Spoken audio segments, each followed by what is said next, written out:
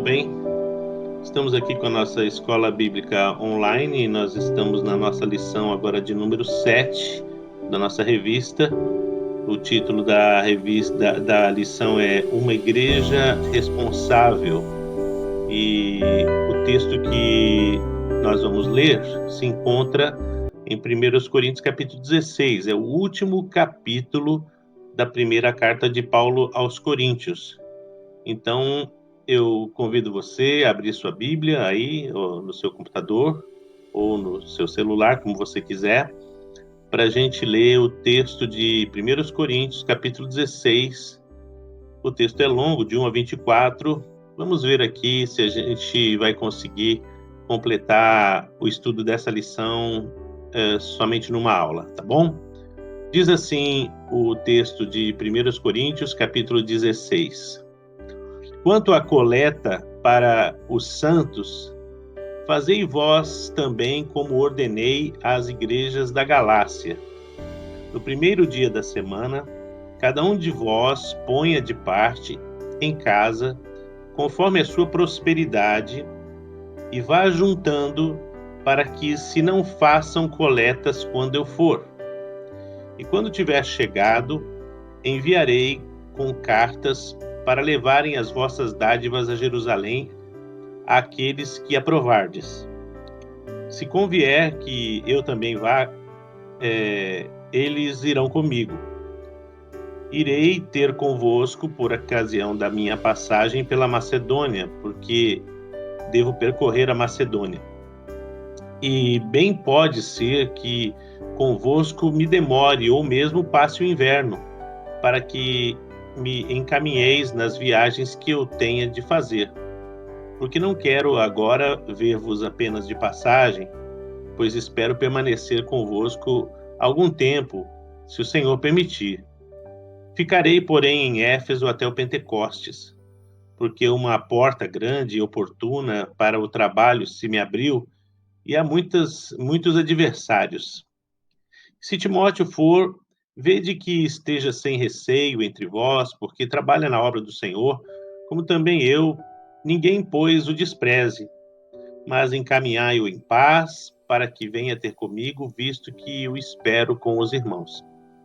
Acerca do irmão Apolo, muito lhe tenho recomendado que fosse ter convosco em companhia dos irmãos, mas de modo algum era a vontade dele ir agora.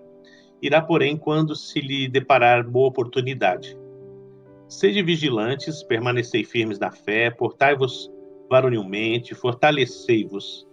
Todos os vossos atos sejam feitos com amor. E agora, irmãos, eu vos peço o seguinte: sabeis que a casa de Estéfanas são as primícias da Acaia e que se consagraram ao serviço dos santos. Que também vos sujeitai a esses tais, como também a todo aquele que é cooperador e obreiro. Alegro-me com a vinda de Estéfanas e de Fortunato e de Acaico, porque estes supriram o que da vossa parte faltava, porque trouxeram refrigério ao meu espírito e ao vosso. Reconhecei, pois, a homens como estes. A igreja da Ásia vos saúdam, no Senhor muito vos saúdam, a Áquila e Priscila, e bem assim a igreja que está na casa deles. Todos os irmãos vos saúdam. Saudai-vos uns aos outros com ósculo santo. Saudação escrevo eu, Paulo, de próprio punho. A saudação escrevo eu, Paulo, de próprio punho. Se alguém não ama o Senhor, seja anátema. Maranata, a graça do Senhor Jesus seja convosco. O meu amor seja com todos vós, em Cristo Jesus. Amém. Então aqui está o texto de 1 Coríntios 16. Vamos fazer uma oração? Pai amado, Pai querido, graças te damos pela tua palavra e nós te pedimos, ó Deus, que teu Espírito, Senhor, encaminhe esse estudo para que possamos entender as verdades que o Senhor quer falar particularmente ao nosso coração. Nós oramos em nome de Jesus. Amém. Amém, queridos. Então, aqui nesse texto, o apóstolo Paulo está encerrando. É um capítulo mais ou menos de despedida. O apóstolo Paulo está se despedindo da igreja. Nós vimos lá no capítulo 15, né? Aqui o texto da nossa revista diz assim: no capítulo 15, Paulo eleva-nos ao céu. No capítulo 16, ele nos faz baixar à terra, a fim de que pratiquemos o evangelho, ajuntando tesouros no céu, como está lá em Mateus 6,20, né? Enquanto ansiamos pela eternidade. Por que o autor aqui da nossa revista diz que Paulo nos faz baixar à terra e pensar em ajuntarmos tesouro nos céus? Porque Paulo introduz aí um assunto importante naquele momento, que era o apoio das igrejas à igreja de Jerusalém. Porque o evangelho havia se espalhado por várias partes do mundo e a igreja de Jerusalém agora estava debaixo de uma terrível perseguição, estava debaixo de um momento difícil, de um momento em que eles estavam, inclusive, passando necessidades alimentar, não podiam trabalhar porque estavam se escondendo, provavelmente. E então aqui nos diz assim que o propósito, né? O item 1 da revista diz assim: a primeira orientação que o texto nos sugere é a necessidade que as necessidades precisam ser constatadas e divulgadas de maneira correta. Os irmãos que contribuem têm de ser esclarecidos acerca do propósito para o qual o fazem. Paulo se refere à coleta para os santos, que eram os irmãos de Jerusalém, 1 Coríntios 16, 3, para os quais o apóstolo tinha solicitado a contribuição das igrejas da Galácia, tanto quanto da Macedônia e Acaia. Está lá em Romanos 15, 26 e 2 Coríntios 8, de 1 a 5. 2 Coríntios 8, de 1 a 5, diz assim: também, irmãos, vos fazemos conhecer a graça de Deus concedida às igrejas da Macedônia, porque no meio de muita prova de tribulação, manifestaram abundância de alegria e profunda pobreza profunda pobreza deles superabundou em grande riqueza da sua generosidade, porque eles, testemunho eu, na medida de suas posses e mesmo acima delas, se mostraram voluntários, pedindo-nos com muitos rogos a graça de participarem da assistência aos santos. E não somente fizeram como nós esperávamos, mas também deram-se a si mesmos primeiro ao Senhor, depois a nós, pela vontade de Deus. Então, Paulo aqui, lá em 2 Coríntios 8, que é um texto que nós vamos ver depois, ele faz aqui um grande elogio às igrejas da Macedônia. Tanto é que quando a gente vai lá na carta de Filipenses, a gente vê que os filipenses mandaram uma oferta especial para o apóstolo Paulo. Então, os irmãos da Macedônia estavam sendo muito liberais no que concerne o dar, e no que concerne o apoiar o ministério, e no que concerne ajudar os irmãos que estavam passando necessidade. E a igreja de Corinto, aparentemente, pelo que a gente viu lá nos primeiros capítulos de 1 Coríntios, esses irmãos eles tinham uma dificuldade muito grande com essa questão financeira. Tanto é que o apóstolo Paulo ele mesmo disse, né? Olha, eu fui fabricar tendas e fui trabalhar por conta própria para não ser pesado para vocês, para que vocês não se escandalizassem, não é? Tem muitas pessoas que se escandalizam muito com essa questão financeira, e nos dias de hoje a gente entende, né, que existe muita razão para as pessoas se escandalizarem, mas as pessoas que compreendem o evangelho, que compreendem a natureza da igreja, que se sujeitam a caminhar com pessoas sérias, com pessoas transparentes no aspecto do uso do dinheiro, então, devem entender que o evangelho, para se expandir, ele precisa de recursos, e, por outro lado, nós, como igreja, temos que ter esse ambiente em que nós nos ajudamos mutuamente. Quando passa um momento de dificuldade, quando passa um momento de tribulação, nós temos que ter esse entendimento que somos um corpo, que somos família, e como tal, nós devemos compartilhar aquilo que nós temos, um pouco do que nós temos.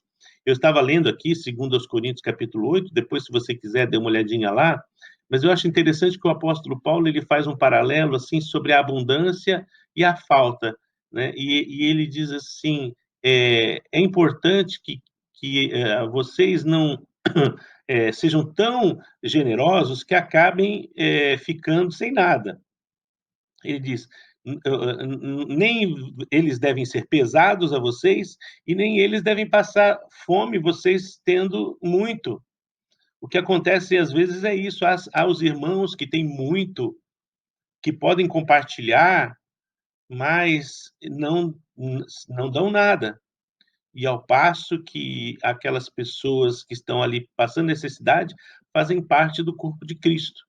Vou ser sincero com os irmãos, às vezes eu já vi coisas assim.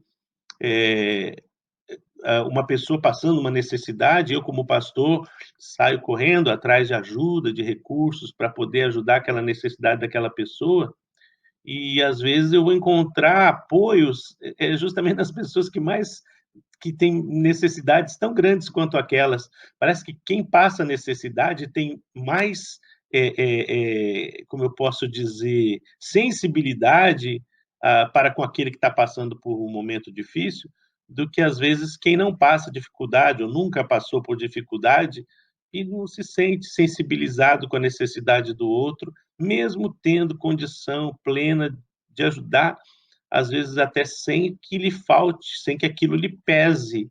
Então, é sobre esse assunto que o apóstolo Paulo está fazendo. Ele está falando sobre ajudar os irmãos lá de Jerusalém, que estavam passando por necessidades, passando por lutas, e que a igreja da Macedônia, especialmente, tinha se comportado de maneira exemplar, enquanto que eles, coríntios, nem tanto, eles estavam engatinhando nesse assunto, né? Nos diz aqui a revista, a oferta era uma excelente maneira de evidenciar a comunhão entre as igrejas.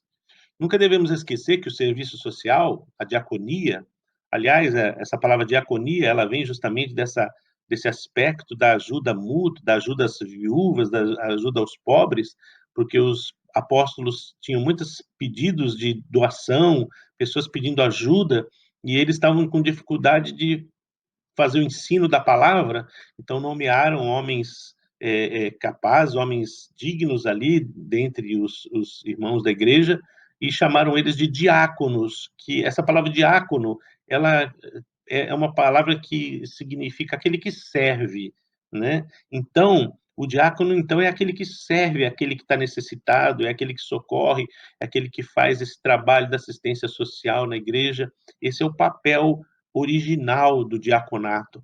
E diz assim, junto com o diaconato, a coinonia, que é a comunhão, certo? Então, aqueles irmãos fariam essa oferta não só para ajudar a dificuldade social que aqueles irmãos estavam passando, mas também de, através dessa oferta, mostrar esse afeto, esse amor que deve existir entre nós como igreja. Assim, queridos, nós como igreja devemos ter essa sensibilidade. Alguém está passando necessidade, nós devemos nos juntar, nos unir, para que não seja pesado para ninguém, e apoiar a pessoa que às vezes está passando por um momento de luta. Graças a Deus, na nossa igreja, temos tido muitos bons exemplos de como a igreja se comportou quando alguma pessoa precisou de ajuda, nós nos unimos, nós fizemos almoço, e temos feito isso ao longo da história da igreja. E nós damos graças porque os irmãos que têm recebido essa ajuda, esse apoio, eles dão testemunho de como a igreja foi afetuosa em momento tão difícil, né, quando a gente sabe, e nisso é uma vantagem que eu costumo dizer, quando a gente tem uma igreja pequena, porque na igreja pequena é mais fácil as pessoas se sensibilizarem com a necessidade um do outro. É certo que também igrejas grandes, eles têm um fundo, eles têm assistência social, eles têm uma pantry, né? Aqui nos Estados Unidos, muitas igrejas têm ali a sua food pantry do lado da igreja para ajudar os necessitados, mas esse é realmente um papel da igreja. Segunda coisa que ele coloca aqui é a regularidade, né? No versículo 2, Paulo diz assim: no primeiro dia da semana, cada um de vocês ponha à parte em casa, conforme a sua prosperidade, e vá juntando para que não se façam coletas quando eu for. O apóstolo Paulo, então, ele indica aqui que quando nós ofertamos, nós devemos estabelecer isso como regularidade. Oferta e dízimo, irmãos, não é esmola para a igreja. Algumas pessoas, elas dão ali uma esmola, né? O que sobra.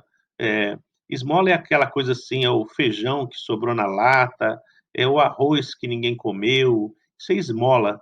é a roupa rasgada, é o brinquedo sem roda, a boneca sem braço.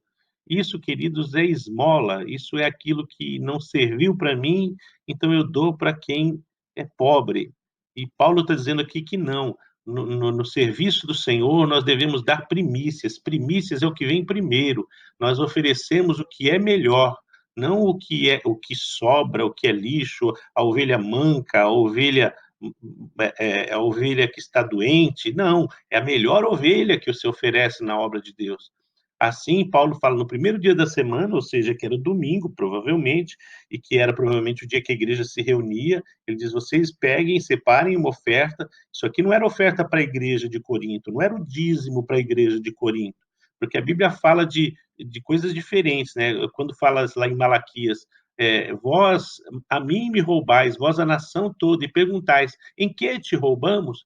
E aí o profeta Malaquias diz em nome de Deus, nos dízimos e nas ofertas, porque existem duas coisas diferentes. O dízimo era para o sustento da obra de Deus, e a oferta é aquilo que tem várias destinações. Também hoje, o dízimo, ele é aquele recurso que nós entregamos com fidelidade na casa do Senhor para sustentar a obra de Deus, porque o evangelho foi pregado a nós somos gratos porque esse evangelho chegou a nós, por quê? Porque outros irmãos, ao longo da história, entregaram o seu dízimo na igreja para que a igreja existisse, para que a Bíblia chegasse até nós, e nós temos a missão de continuar essa obra. Por outro lado, existem as ofertas. Aqui na nossa igreja nós temos a oferta missionária, nós temos a oferta para construção, nós temos as ofertas alçadas para ajudar as pessoas necessitadas, nós temos ofertas, não é, para ajudar alguém que está doente. Então, as ofertas elas são diferentes e nós devemos ser regulares tanto nos dízimos quanto nas ofertas. É isso que a Bíblia nos ensina. E alguma pessoa que seja mais tenha mais dificuldade com isso, que seja, qual é o termo? Eu esqueci aqui quando a pessoa não gosta de dar dinheiro, né? Mão de vaca, sei lá, mão fechada, coisas assim. Algumas pessoas que elas têm muita dificuldade em ofertar, têm muita dificuldade em participar, de ajudar quem está passando necessidade, dificuldade, e não é porque se escandalizou com alguma coisa, desconfia, não é, porque não quer mesmo ajudar, tem um amor ao dinheiro, e a Bíblia diz que o amor ao dinheiro é a raiz de todos os males, né? O dinheiro ele é útil para nós enquanto ele nos serve e não nós servimos ao dinheiro. Então, Paulo diz aqui que deve haver uma proporcionalidade, né? Que, primeiro, deve haver uma regularidade, ou seja, ele diz, toda semana vocês vão separar um pouquinho, e quando eu chegar, tudo que vocês acumularem, nós vamos então mandar. Segunda coisa que ele coloca é a proporcionalidade ali. Ele diz que cada um dê conforme a sua prosperidade. Então, a gente vai ajudar uma pessoa, a gente vai mandar uma oferta para missões, a gente vai cada pessoa dá segundo a sua prosperidade. Ora, é uma coisa assim tão democrática, né? Ou seja, quem tem mais dá mais, quem tem menos dá menos, porque assim a oferta de cada um será igual à do outro. Eu costumo dizer que o dízimo, por exemplo, é uma coisa extremamente democrática, porque quem tem 10 dá um, quem tem 100 dá 10. Ou seja, é o mesmo peso que aquilo representa para um e para outro. Embora talvez quem tenha 100 dar 10 não represente tanto quanto quem tem dar 10 dá um, né? Mas diz aqui, o que se espera é que quem recebe mais, dê mais. A oferta do crente deve ser diretamente proporcional à sua prosperidade. A ideia de cada um participar segundo indica que uma pobreza relativa não poderia também ser impedimento à contribuição planejada e sistemática. Aí tem também aquele aspecto, né? A pessoa diz assim: ah, não, mas eu sou pobre, eu não posso dar para os outros, eu não posso ajudar. Ora, quando isso é proporcional, todos nós temos oportunidade. Tanto é que você vê lá em 2 Coríntios 8, que o apóstolo Paulo elogiando o pessoal da Macedônia, ele diz lá, não é, que os irmãos da Macedônia insistiram, eles foram insistentes que eles queriam participar dessa graça, não é? Eles queriam ser generosos, eles queriam ajudar, e o apóstolo Paulo disse assim que eles deram muito mais do que se esperava. Então nós vemos aí o que?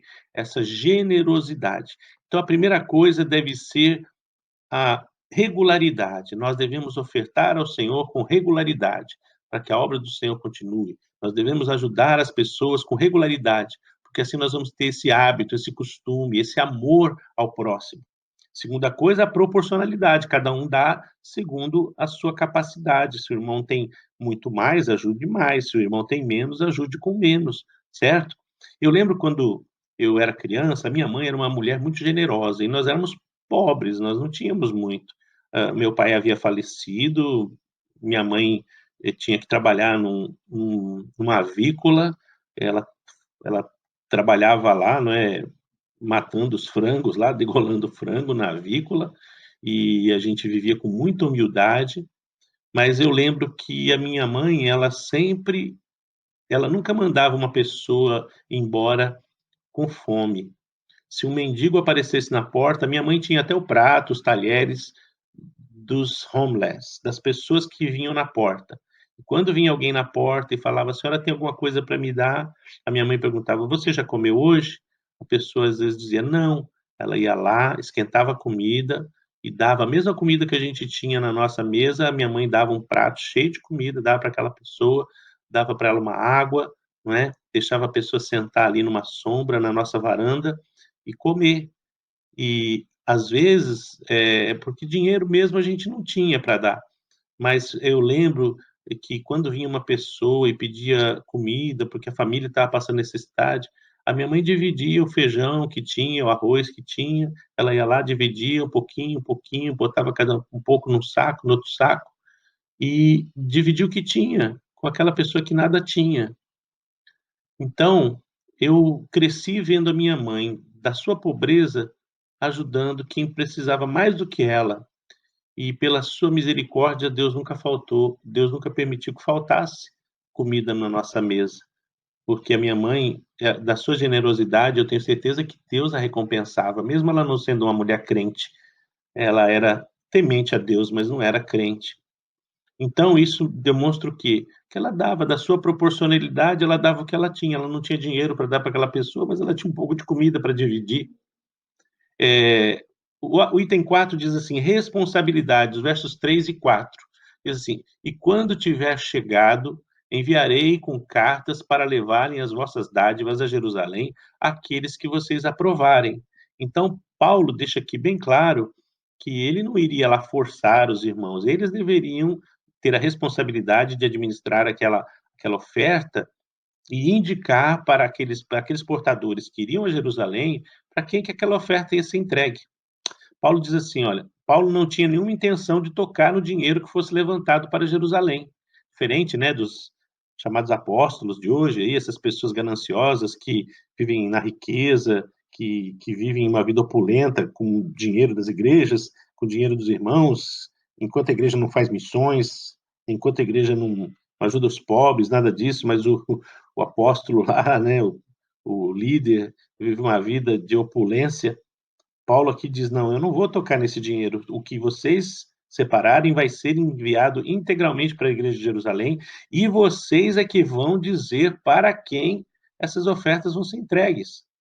Amém? Então, ali nós vemos a liberdade da igreja, que não era o apóstolo que ia decidir, era a igreja como comunidade, como a liderança, queriam então resolver para quem aquela dádiva seria entregue através dos portadores, ou através mesmo do apóstolo Paulo, porque ele disse: "Olha, se for possível, eu quero ir lá com os irmãos que vão levar essa oferta, para presenciar esse momento e para dar satisfação àqueles irmãos do amor que todas as igrejas têm por eles nesse momento de necessidade". Amém? Depois, o item 2 da nossa lição diz assim: a obra do Senhor, do modo do Senhor. 1 Coríntios 16, de 5 a 12, e depois 15 a 16. Ali no verso 5 diz assim: "Eu irei ter convosco por ocasião da minha passagem pela Macedônia, porque devo percorrer a Macedônia, e bem pode ser que convosco me demore, ou mesmo passe o inverno, para que me encaminheis nas viagens que eu tenho de fazer, porque não quero agora ver-vos apenas de passagem, mas espero permanecer convosco algum tempo". Paulo estava querendo passar mais tempo ali na igreja, né? Por quê? Porque Paulo tinha uma visão missionária. Então, aqui nosso item 2, ele fala assim: a obra do Senhor, do modo do Senhor. Aprendemos os princípios pelos quais os líderes da igreja devem orientar as suas atividades. Primeira coisa, deve-se ter uma visão. A visão de Paulo era uma visão missionária. Visão é a capacidade de ver além do momento e das circunstâncias. É uma descrição das aspirações futuras. Paulo tinha um planejamento, né? Paulo queria passar algum tempo com os coríntios, e antes ele ia visitar as igrejas da Macedônia. Então, isso demonstra o quê? Que uma visão ela deve ter um planejamento. A obra do Senhor não pode ser feita de improviso. Eu sempre olho para a igreja e eu tenho, assim, como pastor, eu tenho uma visão para a igreja, certo? Primeira coisa, a primeira parte da visão que eu tenho da igreja, nós temos que cuidar daquilo que Deus já nos deu, certo? Nós temos que cuidar das pessoas que já estão conosco, nós temos que dar atenção a elas, nós temos que pastorear o rebanho. Eu não posso simplesmente falar, eu quero ganhar almas para Cristo, eu quero ganhar almas para Cristo, e me esquecer das almas que Cristo já nos deu. Amém? Então, essa é um dos pontos da minha visão de ministério, que nós temos que dar atenção às pessoas que Deus já trouxe para nós, edificar essas pessoas, abençoar essas pessoas, restaurar quando elas caem, quando elas tropeçam, os problemas que elas atravessam. Esse é o primeiro ponto da minha visão de ministério. Segundo aspecto da visão de ministério, uma igreja missionária, uma igreja que alcança outros lugares, que chega até outros lugares, amém? E a nossa igreja, graças a Deus, tem um conselho missionário, nós temos irmãos que cooperam com missões, nossa igreja é a igreja que oferta para missões, então isso faz parte da nossa visão e do nosso planejamento, certo?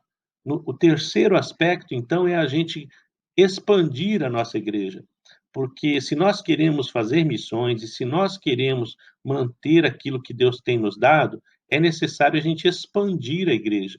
Porque, no caso, por exemplo, de uma igreja de imigrantes como a nossa, algumas pessoas chegam, outras pessoas vão, e nós devemos estar sempre trabalhando para trazer novas pessoas para a nossa comunidade, para que a nossa comunidade não se enfraqueça, para que a nossa comunidade não tenha uma ruptura, amém? Não deixe de existir. E graças a Deus, o que eu tenho experimentado ao longo de todos esses anos aqui é que a nossa igreja não é uma igreja que cresce explosivamente, a nossa comunidade não cresce explosivamente, mas ela vem sempre crescendo e Deus vem sempre acrescentando outras pessoas. Amém? Então, essa é a visão de ministério.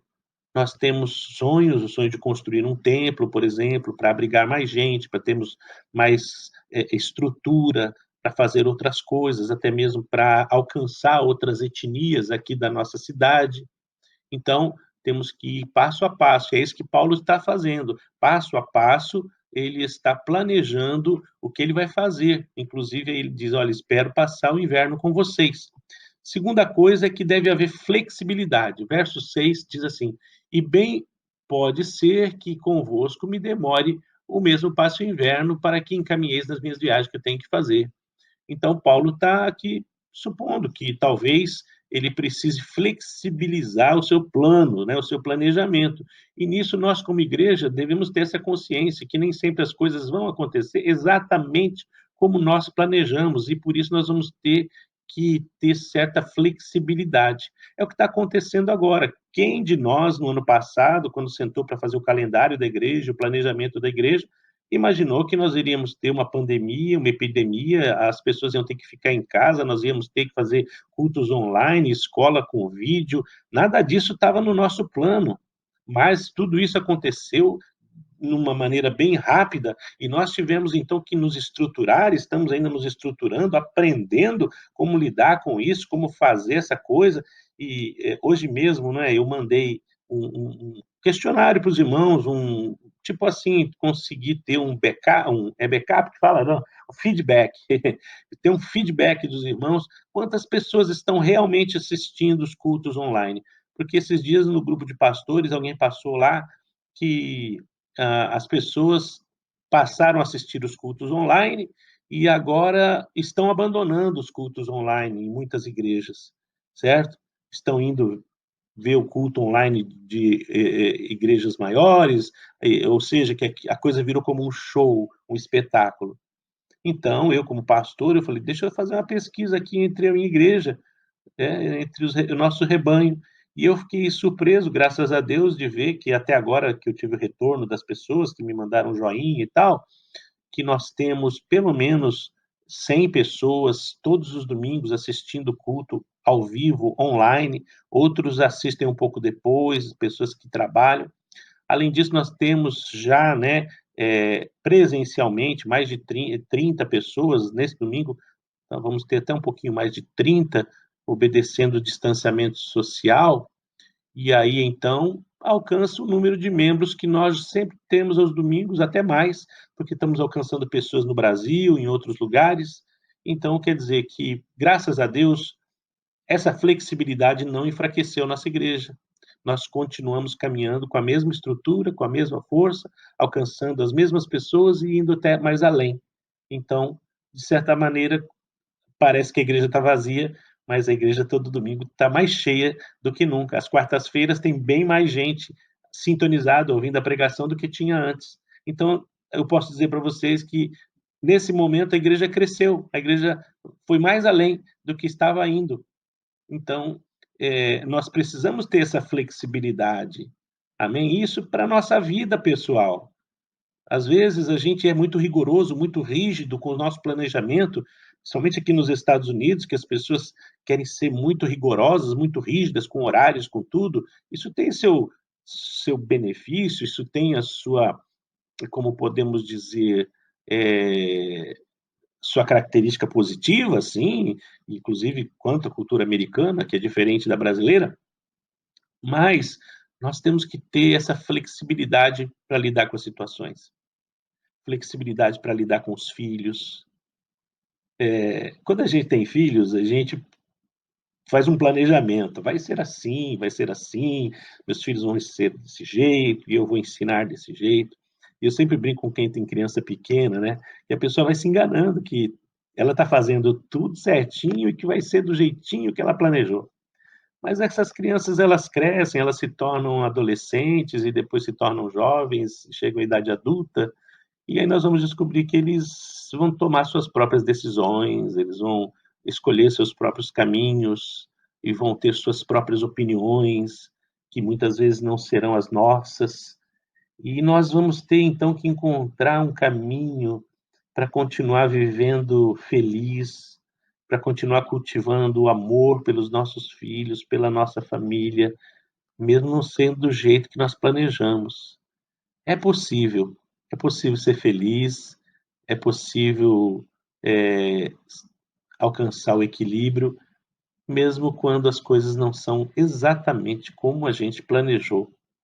Então, se você tem, às vezes, ficado aí chateado, porque as coisas não são como você planejou profissionalmente, não são como você planejou em termos de educação, em termos de família, seja flexível.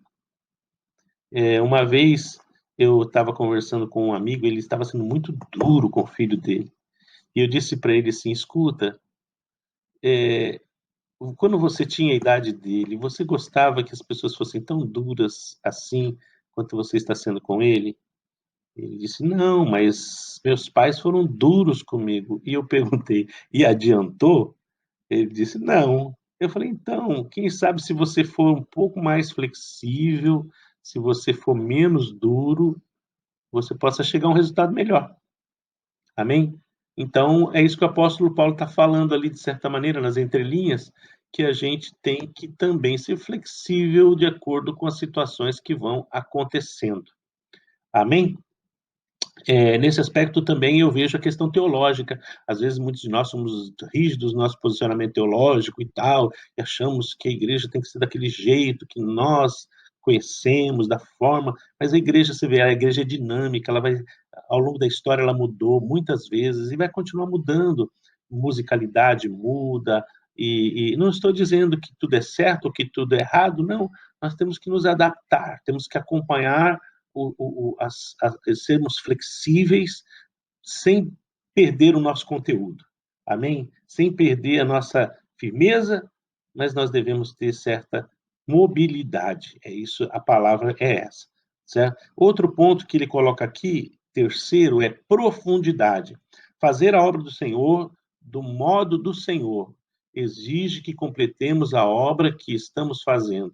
Para concluir o trabalho em Corinto, Paulo sabia que devia permanecer com eles algum tempo. Então, muitas vezes, queridos, nós vamos ter que parar e sentar, e vamos ter que conversar, estudar com uma pessoa, ser paciente. Isso leva tempo. Para que sejamos profundos, precisamos ter paciência. Para ir fundo, temos que cavar, não é? Então, o cumprimento da grande comissão diz aqui, não fica completo com o fazer discípulos de todas as nações. Isso é o começo. A obra só se completa quando os novos convertidos são ensinados a guardar todas as coisas que Jesus nos ordenou. É o que eu falei no começo. Não adianta ganhar pessoas para Cristo se a gente não as edifica, se a gente não faz amizade, se a gente não se relaciona. Hoje em dia, esse evangelho mercantilista que está por aí, de massa, de multidões, ele perde muito, porque as pessoas não têm contato umas com as outras, e eu vejo aí que muitas pessoas acabam, cada um mantendo a sua doutrina, cada um mantendo a sua visão, cada um mantendo a sua opinião, e é curioso, esses dias eu estava vendo aí uma discussão, até na célula, das pessoas falando sobre perde a salvação, não perde a salvação. Eu falei, puxa vida, mas essa é uma coisa que, tudo bem, pode até haver pessoas que acreditam na perda da salvação ou não, existem doutrinas assim, mas as pessoas têm que entender que não é porque ela prometeu para Deus que não ia comer chocolate, aí comeu chocolate e vai para o inferno. Não, a gente tem que ter mais profundidade de entendimento da palavra de Deus. Amém? 4. Disposição e perseverança. Paulo estava em Éfeso quando escreveu 1 Coríntios. Era necessário ficar ali até o Pentecostes, porque uma porta grande e oportuna se nos abriu. Ele disse que há muitos adversários. Uma excelente oportunidade para a evangelização havia surgido e ela era acompanhada de adversidade. O apóstolo diz, eu não posso perder essa oportunidade. E isso, então, nos fala de perseverança. A vida cristã, queridos, deve ser uma vida perseverante. Nós vamos estar sempre sendo desafiados a abandonar o caminho, vamos estar sempre sendo desafiados a nos perder em algum lugar, em algum momento. Mas não deve ser assim. Nós devemos sempre sentar, orar e perseverar. Seremos tentados por muitas coisas, seremos provados de diferentes maneiras, mas não devemos perder nossa fé, nossa confiança em Deus e a nossa convicção, tá bom? Esse é um ponto importante da vida do apóstolo Paulo. Quinto, lealdade. 1 Coríntios 16, de 10 a 12. E se Timóteo for, vede que esteja sem receio entre vós, porque trabalha na obra do Senhor, como também eu. Ninguém, pois, o despreze, mas encaminhai-o em paz para que ele venha ter comigo, do visto que espero com os irmãos. Depois ele fala do Apolo e depois ele fala do Estéfanas. E parece que o apóstolo Paulo ele está ali agora fazendo recomendações a esses irmãos a respeito de Timóteo, a respeito de Apolo, a respeito de Estéfanas, de Fortunato e de Acaico. E ele coloca todos esses homens em grande importância, e ele coloca diante deles, inclusive, que eles deveriam respeitar esses homens, né? Ele fala de Estéfanas e Fortunato e Acaico, dizendo que esses homens eles eram homens de valor, que deveriam ser considerados de grande valor, e Paulo fala da fidelidade que deveria ter. O Timóteo era um filho na fé de Paulo, e Paulo, ele diz, ele mesmo falando a Timóteo, quando escreve numa de suas cartas, ele diz, ninguém te despreze por causa da sua juventude. Timóteo era um homem mais novo que Paulo, e ele estava fazendo a mesma obra apostólica que Paulo, visitando as igrejas, viajando, constituindo pastores e constituindo presbíteros nas comunidades, mas era um homem mais jovem, um homem aí talvez de seus 40 anos, 30 e poucos anos, e Paulo ele faz insistentemente ao próprio Timóteo, aos irmãos das outras igrejas, a recomendação de que aqueles irmãos o respeitassem, certo? Diz aqui na revista assim, quanto a Timóteo, recomendou que os coríntios cuidassem dele, por causa da sua timidez e sua juventude. Eu não sei se ele era tímido, né? mas que ele era mais jovem, sim, isso ficou muito claro quando Paulo escreveu a Timóteo. Mas eles deveriam respeitá-lo. Nós devemos respeitar um irmão, ele seja jovem, ele não seja. Nós temos na nossa igreja algumas pessoas mais jovens que são usadas por Deus na pregação da palavra, no ensino, não é? Nos ministérios, e nós devemos respeitar esses irmãos como enviados de Deus, como pessoas capazes de fazer a obra do Senhor. Não é por causa da idade. Eu, quando comecei a pregar, eu tinha 20 e poucos anos e eu era jovem, e aqueles irmãos russos da primeira igreja batista lá de Vila Prudente, São Paulo, eles me deram oportunidade, eles me respeitaram, eles me apoiaram, meu pastor me apoiou, e isso fez com que eu pudesse crescer e me desenvolver para poder fazer a obra do Senhor com mais dedicação. Amém? Então, devemos ser fiéis aos nossos companheiros de ministério, devemos ser fiéis às pessoas que estão conosco, tá bom?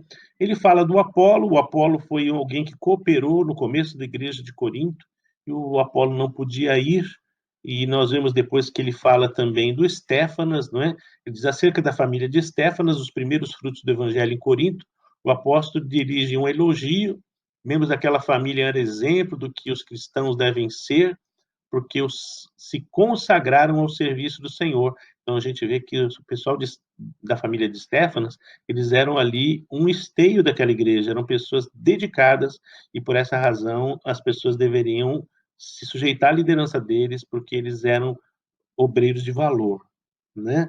Estéfanas e outros 2 coríntios, Fortunato e Acaico, tinham chegado recentemente a Éfeso e preencheram a falta que o apóstolo sentia dos irmãos de Corinto, além de lhe levar um refrigério ao coração. Verso 18. Terceiro item aqui da nossa lição: princípios para uma vida poderosa.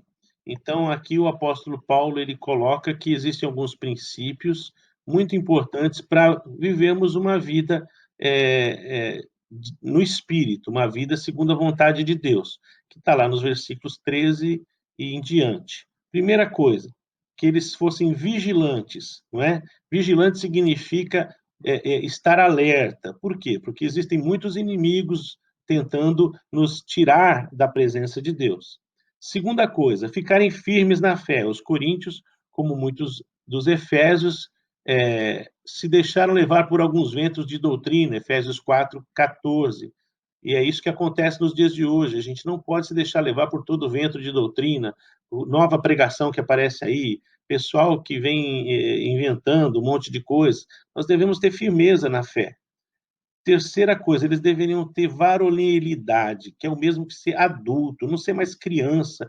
Muitas pessoas, às vezes, se comportam como crianças, né? E Paulo reclama que, quando esteve entre eles, não pôde falar a pessoas espirituais, mas a meninos na fé. Amém?